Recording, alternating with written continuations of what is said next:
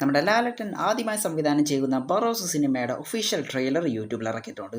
ആദ്യം തന്നെ പറയാം, എനിക്ക് പേഴ്സണലി ട്രെയിലർ ശരിക്കും തന്നെ ഇഷ്ടപ്പെട്ട്. നല്ല ഡീറ്റെയിൽ, നല്ല മേക്കിംഗ്, നല്ല ക്വാളിറ്റി തന്നെ ഫീൽ ചെയ്യുന്നുണ്ട്. പിന്നെ മെയിനായിട്ട് ഇത് ചിൽഡ്രൻസ്, കുട്ടികൾക്ക് വേണ്ടി ഫോക്കസ് ചെയ്യുന്ന സിനിമയാണ്. അത് നമ്മുടെ ലാലേട്ടൻ തന്നെ പറയുന്നുണ്ട്. വലിയവർക്ക് അത്രയും വലിയ രീതിയിൽ ഇഷ്ടപ്പെടുമെന്ന് തോന്നുന്നില്ല.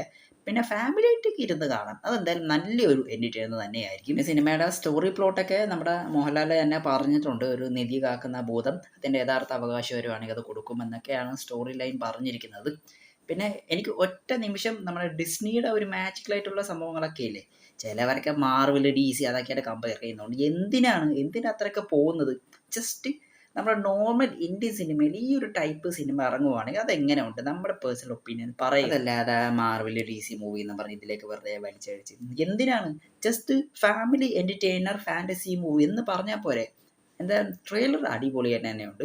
ഇനി നല്ല രീതിയിൽ പ്രൊമോഷന് കൂടെ കൊടുക്കുകയാണെങ്കിൽ പടം സെറ്റ്. ഇതിന് മുന്നത്തെ ഒരു അപ്ഡേറ്റിൽ ഞാൻ പറഞ്ഞിട്ടുണ്ടായിരുന്നു, കങ്കു സിനിമയുടെ ഇടയിൽ ബറോസ് സിനിമയുടെ ട്രെയിലർ 3Dയിലും കാണിച്ചിട്ടുണ്ടായിരുന്നു. അത് വളരെ ഗംഭീരമാണെന്ന് അഭിപ്രായം പറഞ്ഞിട്ടുണ്ടായിരുന്നു. അപ്പോൾ നോർമലാണ് യൂട്യൂബിൽ ഇറക്കിയത്, പക്ഷെ അതിലും ഒരു 3D എഫക്റ്റ് അവർ കൊണ്ടുവന്ന് അതെന്തായാലും ഒരു വലിയൊരു ഡീറ്റെയിലും തന്നെയാണ്. നിങ്ങളും ട്രെയിലർ കണ്ടിട്ടുണ്ടാകും. നിങ്ങളുടെ അഭിപ്രായം ജസ്റ്റ് ആയിട്ട് കമൻറ്റ് ബോക്സിൽ കമൻറ്റ് ചെയ്തേക്കാം. പിന്നെ എൻ്റെ ചാനൽ ആദ്യമായിട്ട് ആണെങ്കിൽ സബ്സ്ക്രൈബ് ചെയ്യാൻ മറക്കല്ലേ. ഇവർ വിത്തൗട്ട് 3D ആണ് തോന്നുന്നു പരീക്ഷിച്ചിരിക്കുന്നത്. അതെന്തായാലും വഴി അറിയാം.